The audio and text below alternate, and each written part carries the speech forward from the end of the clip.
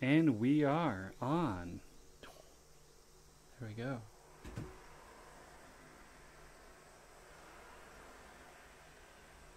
Yep, everything's working.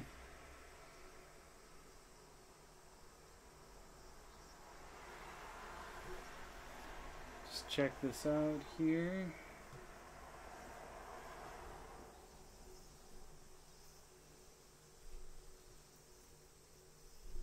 Wow, there you go. Yep, everything is working. Everything sounds good.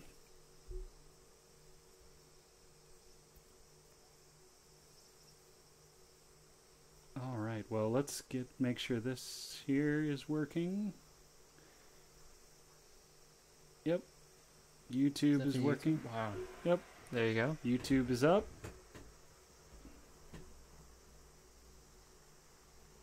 And we are connected. Get Twitch up here. Fantastic. There we go. Now we got both chats up. We can look at both chats. All right, well, let's do a self-introduction then. Okay.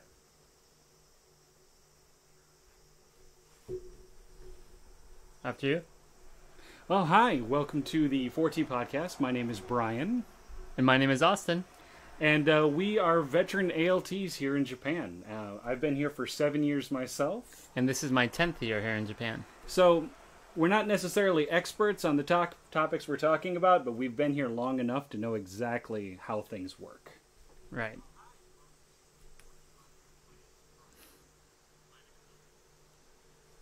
Oh, that's interesting. So if you have any questions for us or concerns, comments, please let us know. All right, so our first topic that we're going to be talking about today Is getting apartments in Japan, something that everyone has to deal with when they first come here. Right. And something that we both, of course, have a little experience with. Definitely. Yeah.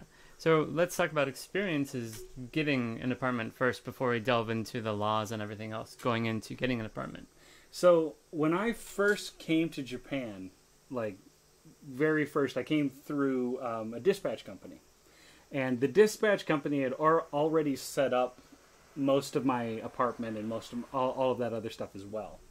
So when I first came, I didn't have to like get off the plane and go look for an apartment immediately. Right. And for me, it was the same as well. I came through a dispatch company and they had the apartment all set up. Now, one thing that's interesting, and I'd be interested to see about your experience, did your apartment have furniture? No, my apartment had an air conditioning. Air conditioning. And I was very lucky. I got something called a Leo Palace apartment, and it came fully furnished. And by fully furnished, I mean it had a bed only. Yeah. Yeah. I mean, I've seen other friends of mine they went to places where there was a desk, a chair, and a quote-unquote futon. But the thing was, it had been so used that there was like literally no comfort left to it whatsoever. Yeah, some of the apartments, most of the apartments don't come with furniture. That's just the style in Japan. Some of them, the more recent ones that I've seen, have all the stuff built into the wall. So the desks pull out, and the bed is built in. So it's a Murphy. There you go, It's Murphy a Murphy bed. bed. Yeah. So that's been the recent trend. But I think when we both came, there was nothing in the apartments when you come. No. Like, so like the majority of like dispatch companies, they like do contracts with places like Leo Palace. So a lot of times that the ALT will be living in a Leo Palace or a Leo Palace like setup in a location in Japan, unless you live out in the boondocks. Yeah. And then when you're living in the boondocks, it's a whole different story. You can end up anywhere from... I had friends who ended up in a ryokan, the traditional Japanese hotel, to a old house that was just rented out by a family friend of the dispatch company. Right. So there's a lot of different things you can end up with when you come to Japan. So one of the things that I ended up with was a little small apartment in this little village outside a bigger city. And when I got my apartment, I was like, we went to training, and training's like, oh yeah, don't worry, they have refrigerators already there. You have your what is it? They have your bed and everything ready for it. And I'm like, great. I looked at the price for my apartment per month. I was like, great. It's actually pretty cheap. And I get to the apartment and I walk inside. I'm like, where's the bed? Where's the refrigerator? I mean, just those two things I'd have been set. But I get into the apartment, there's nothing. Not only that, is what made it even worse is, like, if we have a problem, we're supposed to call our dispatch company. Right. Like, if there are issues. And I hadn't even got my phone at that time. So I literally just walked through the front door, hadn't even gotten the phone, and I'm like, I need to go to a pay phone to call my dispatch company and take a stack of 10 yen coins. Yep. Yeah, that's one of the harder parts. Definitely making sure that everything's there and getting connected with either your dispatch company or the landlord Right. of the building you're renting out. I was lucky when I came. The dispatch company, they came all the way. They gave me a car. I had my international license, and we drove 5 hours from Tokyo all the way up to North Japan, where we are now. And the guy was exhausted. He had been working all day, but he stayed with me at the apartment, called everyone, got the bed delivered, got internet set up, and stayed until the middle of the night and then left. So I had a little better experience moving in than you, I think. Sounds like. I was dropped off and said, because I hadn't even got my rental car yet. So they literally dropped me off at my apartment and said, someone will be by in like 2 or 3 days to help you go get groceries and whatnot. Like, 2 or 3 days, what am I supposed to do during that time? I don't even have a fridge. Yeah. For me, I was lucky. They had the little mini fridges you get in like university. Yeah. That's about all I had my whole time in my first apartment. Yep. Yeah, and one little IH heater. Yeah. That's about it. Yeah. Yep. I went out and bought like a hot plate. Oh yeah. An IH, like induction heating. Yep. Hot plate. And I got a microwave that I got at a secondhand shop. There you go. And then I finally got a refrigerator. And because I was in Ishinomaki at the time, and this was directly after the disaster, everyone's telling me, do not buy the used refrigerators. Because some of the refrigerators might have been in the disaster and got salt water in them, and then there'd been corrosion and all this stuff. So you need to buy brand new. So I went out and I bought a brand new fridge, not a full size one, like a half fridge. Right. Yeah. It was bigger than like the college dorm fridge. Right. Like I had. But it's smaller than your full size fridge. Right. Did yours have the freezer? Yep. It had a freezer. Yeah. Okay. Yep. Yep. So, that was the one thing that people were telling me. So that was the one thing new that I bought. Nice. The only thing new I bought was dishes and silverware. That's one thing that really didn't come with my apartment. Yep. That was a necessity. Yep. So for the first couple of days, I just ate bentos from the local convenience store. Yep. Same here. I mean, but the other thing is that the dispatch company that I had worked with said it's going to be 2 months before your first paycheck. Oh, wow. Yeah. So they said you get paid 1 month behind. Okay. So I brought enough money to get me by for that 2-month period before my first paycheck. But I didn't factor in that I wasn't going to have a fridge. So I lived in my apartment for 2 months without a fridge. Wow. So how much weight did you gain that first couple months? Yeah, it was. I got pretty big. Yep. Yeah. I think that's in university. It's the freshman 15. In Japan, it's the newbie. There's got to be a fun way to say that, but everyone gains weight the first time they come here a little bit. Definitely, especially if the convenience store is close enough. Yeah. Get the fried chicken and the royal milk tea. I mean, yeah. like when you're here before, the culture shock really hits in and whatnot. You want to try everything, like every snack, Yep. every drink, every alcoholic drink. Oh yeah. Yeah, you're like a kid in a candy store. Just walk through, grab one thing, you don't know what it is. Yep, and then next thing you know, you put on 10 pounds, 5 kilos, Yep. somewhere around there, and you are you're not as healthy as you Yeah, thought. not as spry as you used to be. Right. So you were talking about bringing money to and having money in your to survive for the first couple months. Yep. So when I came to Japan, I was advised to have 3,000 US dollars Yep. with me. How about you? They told me that the average person usually brings about $3,000, Yeah. but I know how to be super cheap, and I usually am a little bit more frugal than their average person. So I ended up bringing about I think a little over 2,000. Okay. So when you moved into your apartment, I know in Japan it's normal practice to pay before you move in, you have to pay 1 month's advance rent, and then you have to pay the key money. Mm-hmm. Did you have to pay key money to that's a practice that's kind of disappeared as time has gone on, but Are we talking about day keying? I think so, yeah. I think that's a because there's Japanese. security deposit. There's security deposit. Right. There's day keying, and then there is the what is it? There's another fee. I can't remember what it is. There's too many fees, yeah. Yeah, Yeah, I think it is raking, yeah. yeah. The goodwill money to the landlord. Yeah, it's basically giving your landlord a 1 month's rent extra money so that you seem more trustworthy and won't leave your apartment. The way I kind of put it, it's like the mafia. That's protection money, pretty much. You put that down saying, I'm going to be a good person, just don't mess with me, I'll behave. Right, but it's only a one-time fee. It's not like something you have to pay Yeah, it's over and over and over and over. one-time fee, non-refundable. Yep. You'll lose that. For me, it was 250,000 yen. Oh, and speaking of security deposit, you will also lose that too. Oh, 100%, yeah. Yeah. Yeah, I don't think there's any case where you do get that back. I can't think of any. Because like in like the US, when you get an apartment, you put down a security deposit. Right. If the apartment is clean, pristine, and everything like that, you get that money back.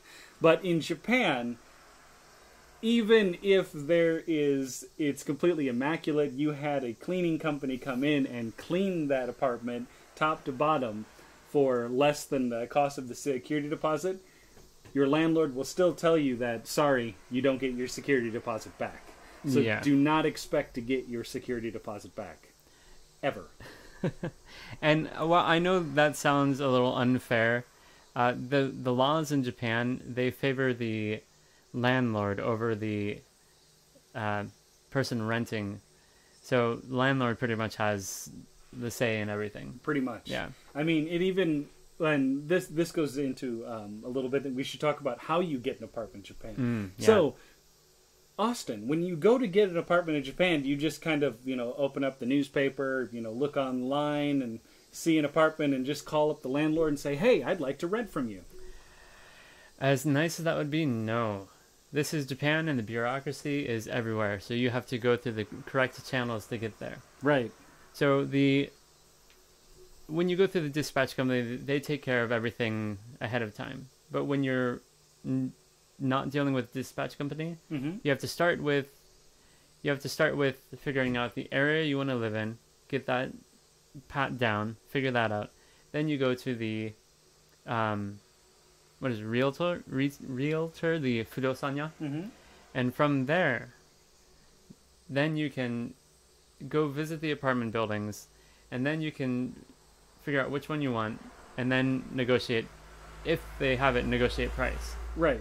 Yeah. So, another thing that that I found is that when you go to a location as a foreigner going into the location, they have a giant booklet of places you can visit to see if you want to rent there, but they always skip over a few pages. It always seems to be, they do have, every time I've gone to get an apartment after the dispatch company, it's been with my wife, so she's been she's been the one to handle everything. But they do seem to kind of avoid different sections if you are a foreigner, which is interesting. Well, it's actually really funny because like when I was in Sendai and I was actually looking for an apartment, the guy that I went to go rent through, I think it was Abel. He looked very worried. He had this worried look on his face. And originally I thought that he was worried because because he was working with a foreigner. Well, he was worried because he was working with a foreigner, but it wasn't the, your stereotypical kind of like scared of foreigners. Right. It was the fact that it was going to be hard to find an apartment. One of the main problems, especially after the disaster in Ishinomaki when I had moved to Sendai, was finding landlords that would rent to foreigners. Yeah.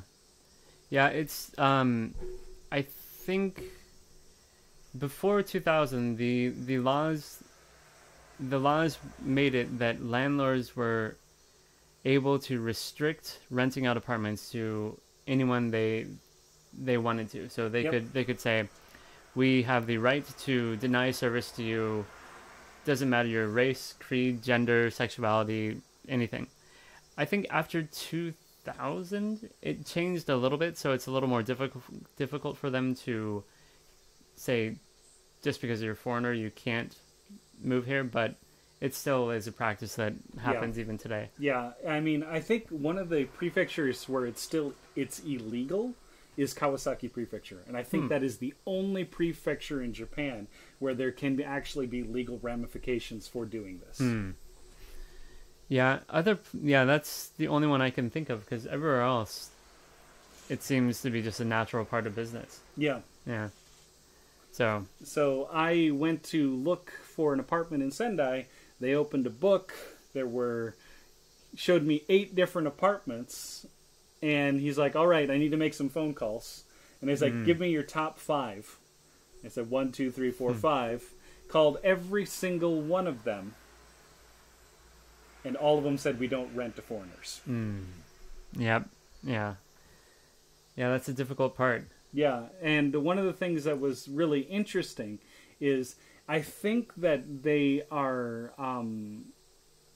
what they legally have to do is give the reason why. They have to give a reason why, if I'm not mistaken. Right.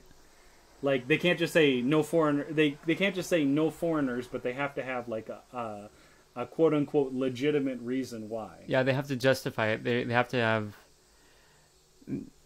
I don't remember the legal term, but there has to be a justifiable reason why they wouldn't rent to a foreigner. And if you do end up renting from an apartment building and you find that maybe they're charging you more than others because you are a foreigner, that's technically illegal. Yeah. Unless you can have paperwork that shows that you're paying more than other people or that you're being discriminated against. Right. There's nothing you can do about that. And even if you do something about it, you have the paperwork. There's really nothing that the apartment buildings or the people will do. Right. Generally speaking, they will find a way to take care of the legal ramifications outside of a court. I think generally a court case, people hate to use lawyers. Yep. So it's a local dispute between a landlord and a renter can take up to 300 days to fix it. And with all the money that's spent between those times, it's not worth going to the court for that. Right. And the other thing is that if you do go to court in Japan, whether it be for a civil suit or for something like that, what'll happen is the depending on who wins the civil suit, whoever drug out the court case for the longest actually has to pay a certain amount of money. And depending if, let's just say, the landlord was in the wrong, usually they have to pay like a 10% plus on top of however much money they were supposed to give back for each subsequent month that you had to pay. Right. Yeah, but even then, the laws are so skewed in their favor. You'd be hard pressed to even get that from that. Right. So, and a lot of times, like the lawyer will literally tell you whether it's worth actually going to court or not. Yeah, and that's another whole story. Trying to find a lawyer, really. Yeah. A lawyer that's willing to take on a foreigner's case. Yep. It's rare. It's very rare because usually, like, the conviction rate in Japan is at 98%. Is that what it is? Pretty much. Wow. Almost every conviction, like most conviction cases in Japan, are about 98%. So unless it's a sure win, yeah, he's not the lawyer isn't going to take it. Yeah. Yeah, so that's one part about having the apartment that you got to be careful of. Not to, if you're going to dispute with your landlord, just know that the laws are in their favor and they have all the rights in the world to just let you go, kick you out if they want to. Yep, definitely. Yeah. So we should talk about moving. Yes, there you go. That's a good one. So, moving into apartment. So that's, when you first come to Japan, the dispatch company, if you come through a dispatch company, will cover all of that. Mm-hmm. What if you're not coming through a dispatch company? How do you move in? Do you know, if you're moving from one apartment to another apartment, what's the procedure? There's an actual social procedure to the moving. So go for one thing you have to, there's so many steps involved. You have to not only tell your apartment mates that, not people you're living with, your neighbors, that you will be moving, you'll be making noise, you'll be packing boxes, going up and down the stairs. A month ahead of time, you also have to go to the apartment you will be moving into and introduce yourself and say, we'll be moving in on this day, and sorry for all the noise, and bring gifts and all that. Yeah, but don't forget that you not only have to bring gifts to your new neighbors, you have to give gifts to your old neighbors at the same time. Yep. So it might cost you more in gifts than it does to actually move. Oh yeah, there's no doubt about it. Now if people actually do that, that's another story. I've had, living in apartments, I've had people just move in, move out without really doing any eyeshots or coming in greetings. But I've made it a point when I move into apartments, I've lived into 3 different apartments, to always definitely put my best foot forward and do the eyeshots at everyone. And it costs, like he said, it does cost a lot of money. Pretty penny. Yeah. Especially if you're close to your neighbors, you got to get something really nice.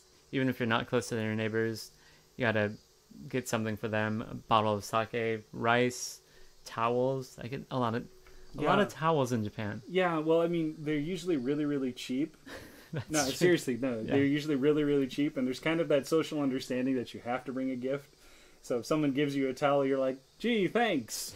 You've completed your social obligation. Yeah. I think towel is a default thing. It's, you can just go to any store and they have them in boxes, or they're set into their origami things, and they're super cheap, and just give it to them, and by the end of 10 years you have a closet of nothing but towels.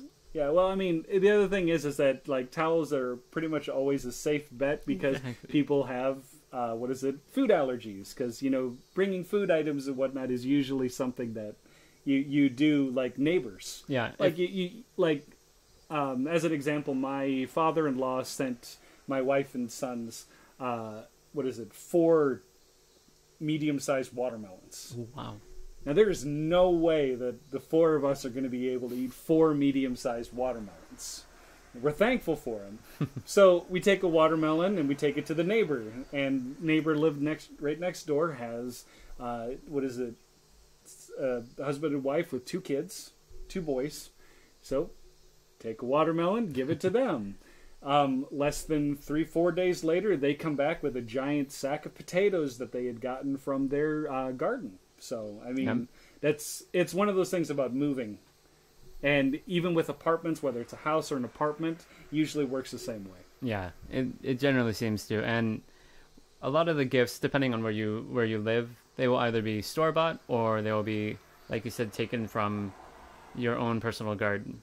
And it seems in the inaka, in the wilds of Japan, taking things from your garden seems to be more of a thoughtful gift. There seems to be more of a they seem to cherish it a little more. Right. I mean, it's this is directly from you and your family, like your family's garden, instead of you actually going out to a grocery store and buying something and giving it. Yeah, it just shows that extra caring. Yep. So, also with moving companies. Yes, there are a lot of moving companies actually. Yeah, there's like is it Sakai? There's Sakai. There's the one Ichini-san. Yeah, Ichini-san or Zero Ichini-san. Is it Zero Ichini-san? Yeah. And there's what is it? There's this Cloud one. I think it's called Cloud. Really? I think it might be a local one out of Sendai, but that was the one that my wife and I used when we moved from our apartments to the house here. Okay. So you've used a moving company? Oh yeah. Okay. Whenever we move, we just throw it in the back of our truck and go. Right. Well, you have to understand that my wife had her vehicle, her small vehicle, and we had to move a bed. Ooh. Oh, well, there you go. Yeah. Like a big bed. Yeah. And she also had a lot of stuff in her apartment. And it's also the Japanese thing to actually hire a moving company, no matter how few your furniture. Yeah, how few items you actually have. Yeah, you actually have. And so we ended up getting a moving company. And it was really nice because the moving company actually went to her apartment, which was in Ishinomaki, moved her stuff to the house, then came to Sendai and got my stuff and moved my stuff to the house. So what's the experience like when they come to pick up everything? Do you box everything up before they come? Well, there's two parts to this. So usually what happens is that you sit down with a person that does all the planning for it. And usually they come to you, like, it could be a month, it may be like 2 weeks prior to them actually coming and actually doing the move. So you tell them, hey, I'd like to move on this such and such date, and they'll be like, hey, let's schedule a time. Well, what date do you want to move? Like, we want to move this date. Well, could you move this date instead, sort of thing. A lot of times they'll actually send someone to come out to an apartment or your apartment you're moving from. And they'll actually sit down and talk with you, and you'll do a whole contract thing. Oh, okay. Yeah, someone comes in a business suit and whatnot. So, I mean, it's really interesting. But one of the funny things about it is that throughout the year, there are specific times in which the price for moving is extremely high and extremely cheap. Yeah, I think... I'm not sure about this. I think one of the highest times is in March or April, right? Right at the end. It's the last 2 weeks of March and the first 2 weeks of April. Right. And that revolves around the school year ending and beginning. The fiscal year. So all the companies are moving everybody. All the schools are starting. Basically everything that deals with the public and private sphere all start, like the fiscal year starts on April 1st. Right. Yeah. So everybody who has to move from job to job, or different from main headquarters to a branch, or teachers that have to move from one school to another, or anybody that is basically getting a job change, or they're getting rearranged inside their company, they're moving during that time. Right. Because they're not told that they're going to be moving until usually 2 weeks before. Sometimes it'll be a month, sometimes 2 months, but I've known people that have gotten a 2 week notice that, hey, you're moving from Sendai to Hiroshima. Jeez. Yeah, that's not so rare. Yep. I've heard of that too. Yep. So I mean, the funny thing is that these moving companies, the price jumps almost 5 times the amount. Oh wow. From the cheapest point to the highest point. Jeez, wow. So to put this in perspective, when we moved from our apartment and whatnot, we moved in January. So in January, We moved from what is it? Right around the 12th, I think, Okay. of January. So it's right after New Year's and everything. And we got talking with the person. They're like, yeah, no one moves during this time. So we're actually really looking for work. So we'll quote you a price of, what was it, 4 mon. 4 for mon. both apartments. Very nice. One in Ishinomaki and one in Sendai. Which, mind you me, that's like a 20, 30-minute drive between the two of them. Yeah. And they said, yeah, if you would have gone and tried to do this in March and whatnot, yeah, it'd have been probably about 20 Wow. 20 mon, or 200,000 yen. Jeez. Wow. Yeah, but those prices don't really surprise me for No. the services here in Japan. Yeah. Right.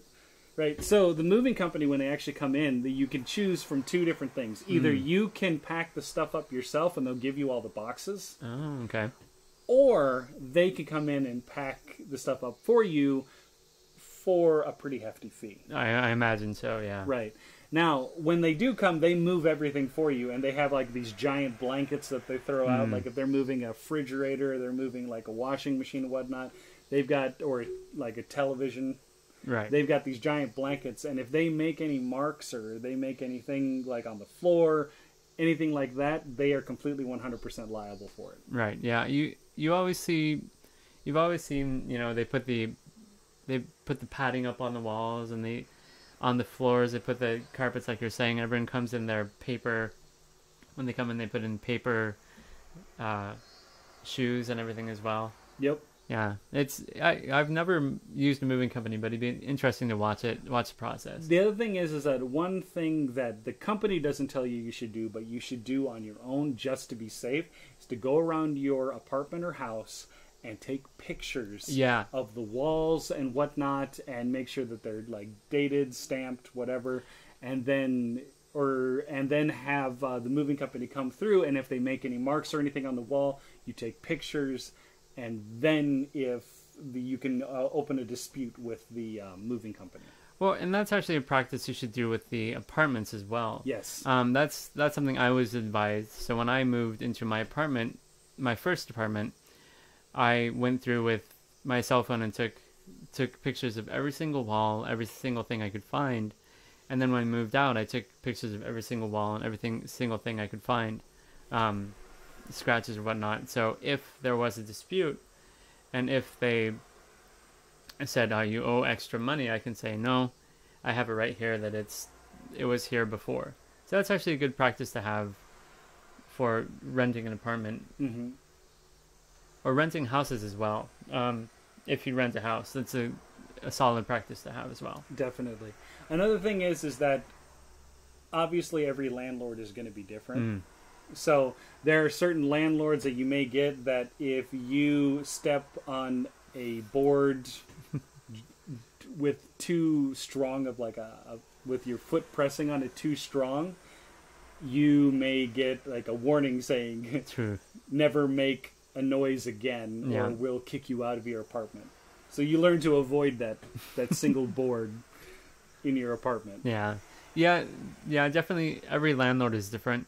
I think I can't imagine that there's much of a general rule between the landlords of how you're supposed to do the business. It seems like everyone is different. Have you ever heard of any laws any like unions or anything that they have to follow, rules that they have to follow? I think there's a certain like housing rules, like there can't be mold in the apartment. There can't be like what is it?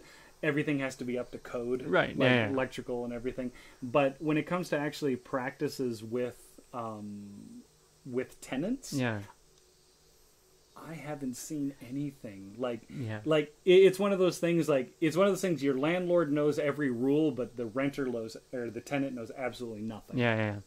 It seems to be you kind of roll the dice with whoever you get. Yep. And if you're lucky, good for you. If you're not lucky, you're in hell for a little bit. Yep, definitely. Until you can move out. Definitely. Yeah. Anything else you can think about we could talk about for apartments? I think one thing that might be interesting to talk about is construction on apartments while you're living in them. Oh, yeah. Just the generally what happens and how Japanese construction on buildings seems to be a little bit different than other places. Yep. So when I was living in my second apartment, we had the 311 big earthquake. Yep. And I was lucky we didn't get any damage because we were up on top of a mountain, so it's pretty sturdy. Yeah. We got some cracks in the wall, and our pavement got just destroyed. So we got a notice. I think we got a notice 2 months in advance, saying that on this day, for this weekend, people will come, and to please move your stuff so they can fix all the pavement. Yep. So when the day came, people put up, even though they were just working on the ground, they put up the netting around the building. Yep. To make sure that nothing would fly out and hit the windows or hit anything else. There's a two-part for the netting. There's also the first part of it is obviously so that if stuff breaks off, it doesn't hit anything else. The other thing is that there's this whole thing about appearances in Japan, where when something is being renovated or something is being fixed, you want to give that shock and awe, that wow look behind it. Because if you come to Japan and you look at all this netting that they put around there, you can't see anything. Yeah, that's true. You can't see through it. If it was just for practical purposes, you would be able to see through the netting. But there's like, someone was telling me, it's like, oh, they're doing a renovation on this. They want to give it this cool appearance because there's going to be construction for a month and a half and people are going to walk by, hey, what's going on? All of a sudden the netting comes down. Wow. You know, if you don't live in Japan, you really just kind of think, what's the point? That's really stupid. But when you live here for so long and you know how Japanese people think, like presentation is everything. You want to have the have the pride and show their best face. That completely makes sense, and it's so funny. Yep. I just, wow. Yep. And going off just the netting and giving advance notice, when people will do sides of buildings as well, they'll put up the whole netting on the side and the scaffolding. And one thing in my apartment building when they repainted is that was really interesting. They put blackout. No, it wasn't blackout, but you couldn't see into the apartment. So they put blackouts around all the windows, so people looking in couldn't see, which was an interesting little addition that I hadn't seen before. Something that might happen in other apartments. I'm not sure. All right. Yeah.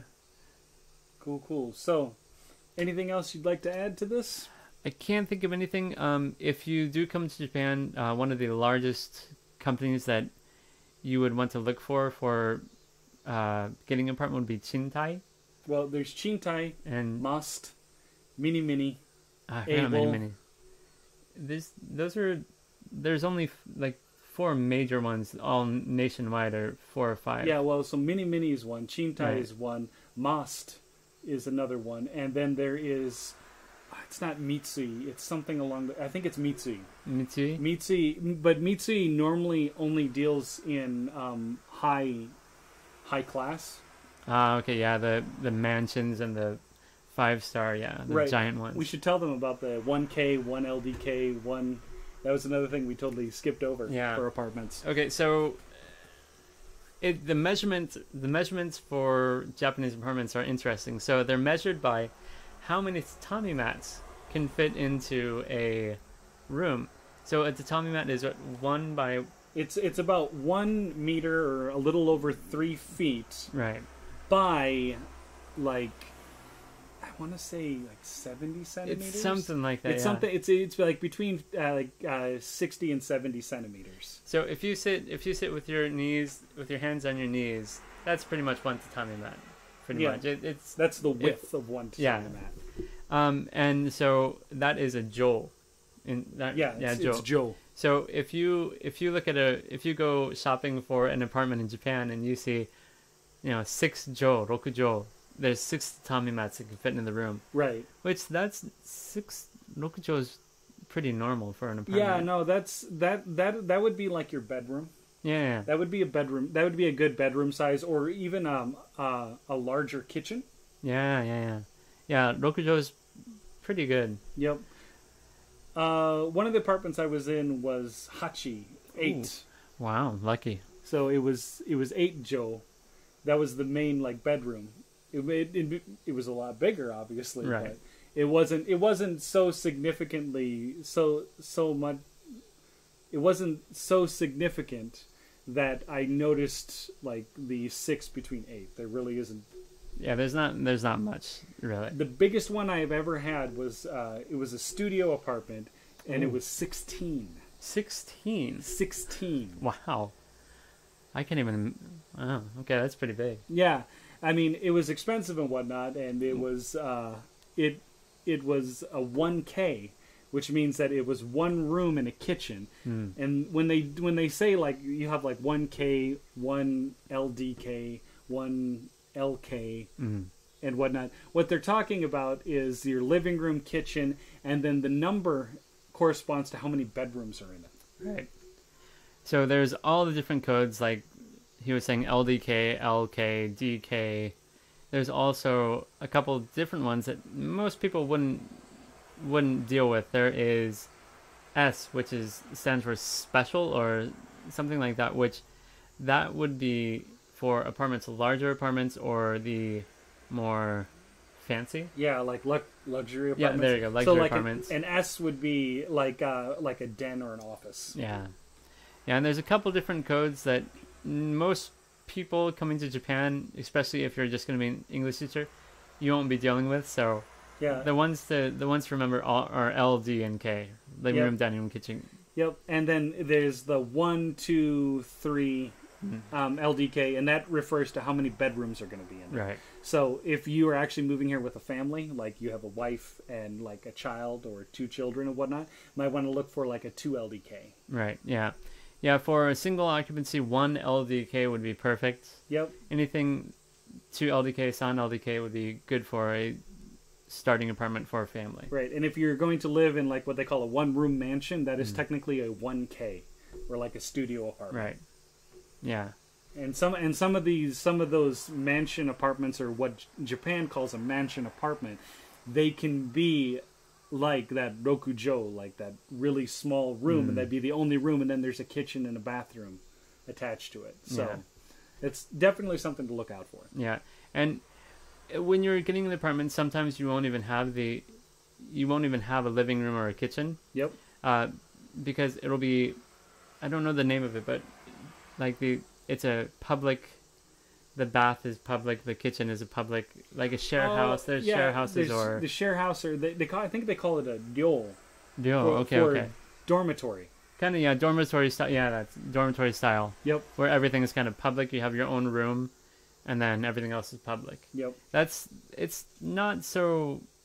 It's pretty rare outside of big cities, but when you're inside a big city where, everything's super expensive, especially in Tokyo, Shibuya, and places like that, you'll have a lot of the dormitory style housing. Yeah. Definitely, yeah. Yep. All right. But I think that's all we've got. Yeah, I can't think of anything else. Neither can I. If you guys have any questions, comments, concerns, you can, message us or whisper us on Twitch. You can also, if you're on YouTube, you can message us on YouTube as well. We also have Facebook, Twitter, and our own webpage, and feel free to contact us there if you have any questions, comments, or concerns. Yes, anytime. And this is 4T Podcast, and we will talk to you later. Bye-bye. Bye.